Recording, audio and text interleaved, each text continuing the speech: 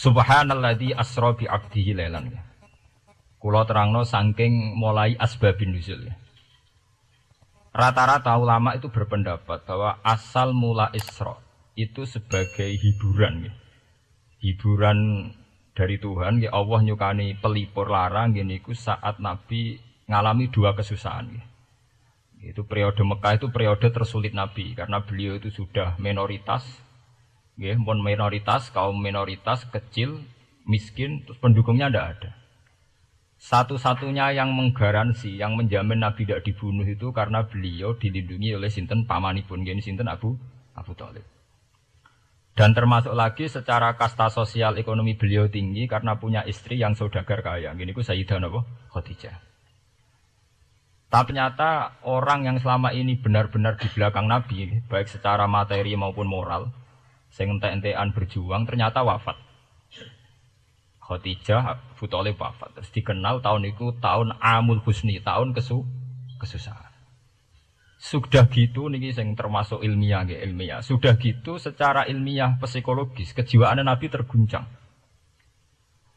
Niki rungokno tenan niki ngaji nggih. Terguncang itu karena secara mitos keyakinane tiyang Arab niku pun kadung kedikte embek keyakinan yang ditanamkan ulama-ulama Yahudi dan Nasrani.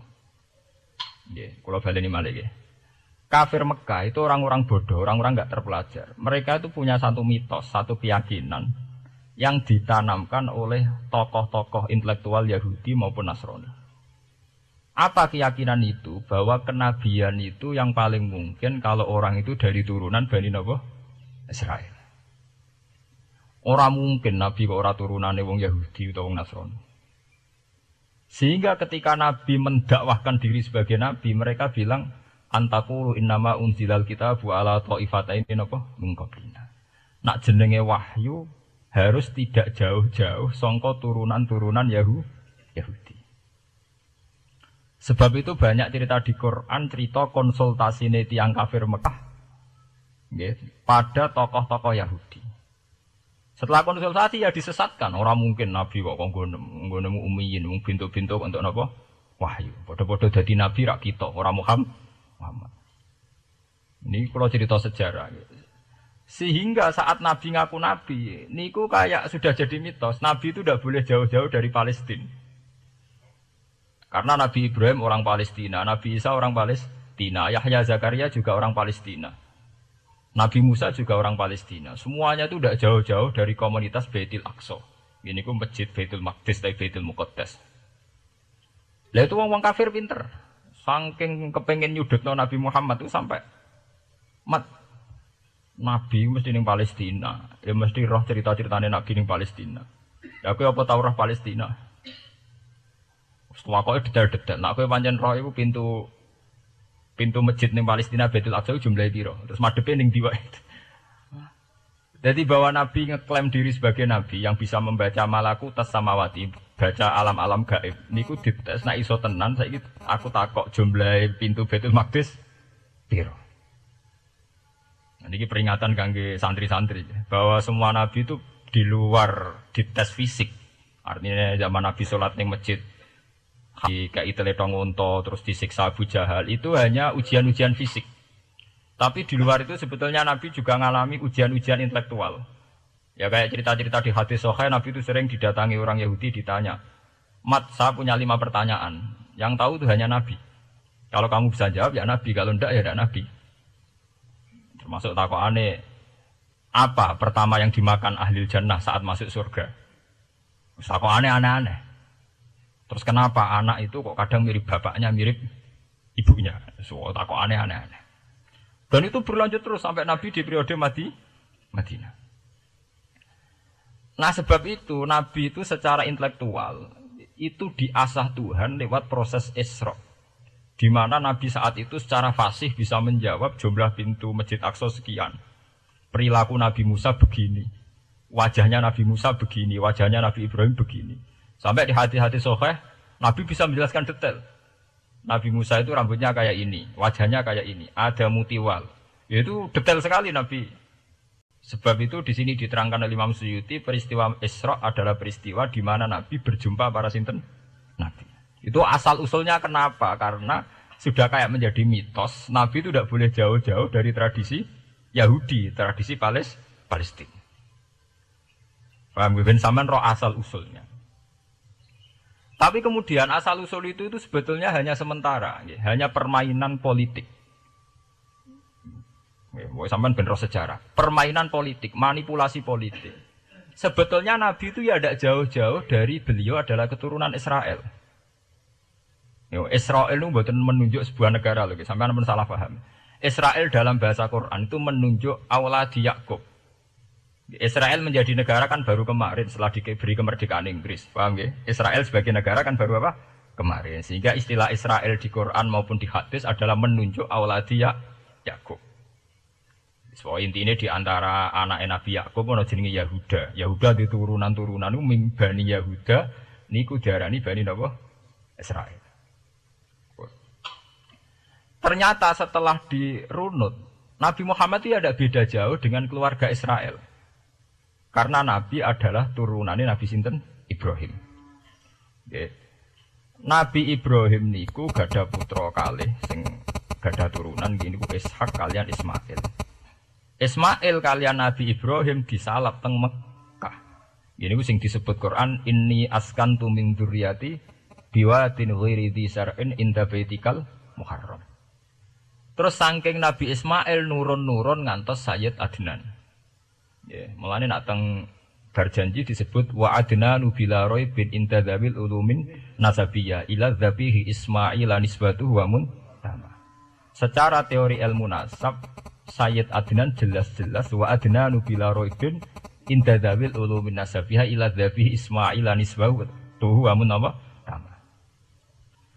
Tapi yang menjadi masalah itu tadi saya sudah bilang ya. Seakan-akan Nabi Muhammad itu orang yang benar-benar berbeda dari dinasti itu, dari keturunan itu. Karena orang Yahudi, orang kafir Mekah di kepentingan menggagalkan kenabian Muhammad. Sehingga dilecehno Muhammad bin Abi Kabsah. Oh Muhammad yang cilik di rumah tukang angan wedes. Jadi gue nak seneng kiai kan inna akramakum indawi atqakum. Cek Ben Karlan, cek Karmin pokoknya takwa ya kiai, itu nak lagi gedeng kiai itu kan, anak Karlan kok kakean tingkah. Jadi saya Mekah yang ngoten niku. Jadi nak muni Muhammad bin Abdullah bin Abdul Muthalib itu terhormat. Mereka adalah orang-orang bangsawan di seputarku Quraisy. Nabi itu kastane Quraisy. Jadi kalau Muhammad bin Abdullah bin Abdul Muthalib itu ketok terhormat. Wong kafir pinter, nak istilahnya orang Muhammad bin Abdullah, Muhammad bin Abi Kabsah. Mereka cilik Nabi tahu dirumat. Cara kene yo Karlan yang penjuru desa. Mulane Nabi tawangon wedhus, mergo tau de bapak angkat sing tukang napa? Wedhus. Lah wong Mekah pinter, dididik wong Yahudi. Nek istilahna aja Muhammad bin Abdullah bin Abdul Muthalib, iku cek kekerenan, terlalu napa? Keren. Jadi Muhammad bin Ibnu Abi Kabsah. Jadi wong nak seneng Pak Harto kan Soeharto jenderal besar. Nek sing gedeng wong kemusuk kan repot ya. Terus nyebut desa asline asal. Nek seneng bupati ya jadi bupati. Orang nomor 1 di Bojonegoro, nak gedeng golekno asal usule. Sing ngoten mun sunatullah mulai riyen sampai kiamat ya. Sunatullah lati qad khalas napa? Min qabl. Walanta jadali sunnatil lain napa? Tabdila. Ya akan begitu. Nah, sehingga peristiwa Isra itu satu peristiwa rohani ya. Selain peristiwa rohani nanti akan diwajibkan sholat, juga ada peristiwa intelektual, ada pengajaran intelektual. Bahwa semua nabi itu harus punya tradisi yang sama, punya karakter yang sama. Jika nabi dalam proses Isra itu dipertemukan dengan Nabi Ibrahim, Nabi Musa, nabi-nabi yang lain. Dan diskusi di situ juga ada diskusi-diskusi. Paham ya? Niki penting ya, penting kalau terangaken karena kalau tanpa tradisi yang berkelanjutan ya, sing disebut tenggene thariqah jenenge as-sanad al-mu'tabar, sanad sing mu'tabar utawi nak tenggene pondok-pondok kitab disebut sanad sing muttasil. Ini nanti semua tradisi kenabian akan melenceng. Kalau melenceng itu ngeri. Karena setiap orang dia mesti ada subjektivitas sendiri, punya versinya sendiri. Sehingga semua nabi harus model istilah politik itu punya platform yang sama, punya karakter yang sama, punya model yang apa? Sama. Nah, sebab itu secara intelektual Nabi Muhammad itu dikenalkan oleh karakter para nabi-nabi dulu. Ya detail. Satu Quran 30 juz. Andai kan sampai hafal Quran, sampai ngurunut sejarahnya coba. Kita ini kan kadung dibentuk, artinya kita ini ya alhamdulillah sudah kadung kebentuk, tahu sejarah para nabi. Tapi asal usulnya kita tahu lewat kitab yang namanya Al-Quran. Supaya apa? Nabi Muhammad itu dibimbing bahwa Quran atau ajaran beliau benar-benar musaddiqal lima baina yadeh, benar-benar selaras dengan ajaran sebelumnya. Mulai ajaran yang bersifat samawi sampai hal-hal yang basariyah, yang menyangkut tabi'ah apa? Basariyah. Kalau contohnya ngeten, misalnya begini. Nabi Muhammad disejarahkan Nabi Ibrahim, beliau punya problem. Problem itu berupa punya bapak atau paman yang tidak Islam. Bahkan nak ning ceritane kiai-kiai desa dari Nabi Ibrahim cilike kon adol patung. Terus didol muni iki patung, ya ora manfaati ra mudarati, mbok tuku ya karepem ora napa karepem. Mbok ono sanate mbok ora, pokoke cerita iku populer. Disejarahkan begitu. Sehingga Nabi Muhammad tahu, oh ternyata yang punya problem ngadepi keluarga itu tidak saya tok. Dulu Nabi Ibrahim juga punya problem ngadepi keluarga. Aku tak lumayan terima paman, Pak Lek, Pak De, Abu Jahal sinten? Nabi Ibrahim malah bapak. Dah gitu. Setelah itu juga diceritakan tentang Nabi Nuh, Nabi Lut, seorang nabi besar yang punya nasib sial, yaitu istrinya pengkhianat. Mereka jadi kiai di bojo judes itu tidak masalah. Mulai terima kiai di bojo judes biasa. Ya itu tadi Nabi Nuh, Nabi Lut itu lebih ngeri ketimbang itu di bojo napa? Mboten kebenaran. Kita kan paling dicoba bojo judes, kan ringan banget. Paling banter mecano piring gelas itu murah banget. Ya. Begitu terus. Nabi Musa juga gitu. Diceritakan Nabi Musa, beliau adalah seorang sosok Bani Israel yang temperamental. Ya basariah sekali. Saking temperamentalnya ketika tukaran ya jotos. Karena nak kiai temperamental kadang jotosan ya ono sanate ya Nabi Musa ku nak tukaran ra cocok napa? Jotos. Fawakazahu Musa faqada alai. Artinya ya basariah sekali. Cerita ABG ini publik wonten saat beliau melarikan diri, lala ketemu cewek loro. Ya ora wentise barang Nabi Musa, waduh mari maksiat ae terus kon. Wadek aja mlaku ning ngarepku. Nah kena angin aku roh sikile mari nafsu. Aku nabi kok nafsu barang kan ora pantes. Nah ngono ke mlaku guriku. Ya basariah sekali itu sampai detail. Terus ketika itu terus disuaka politik oleh Nabi Syuaib. Sehingga menjadi tradisi bahwa semua nabi akan mengalami problem dengan kaumnya. Kemudian disuaka politik oleh komunitas yang berbeda, yaitu komunitasnya Syuaib itu di luar pemerintahan Fir'aun. Sama seperti yang dialami Nabi Muhammad, komunitas Mekah itu menyiksa Nabi, bahkan mengimbargo sinten Nabi. Semua aliran dana, aliran ekonomi, akses dana, akses makanan itu ditutup di Mekah.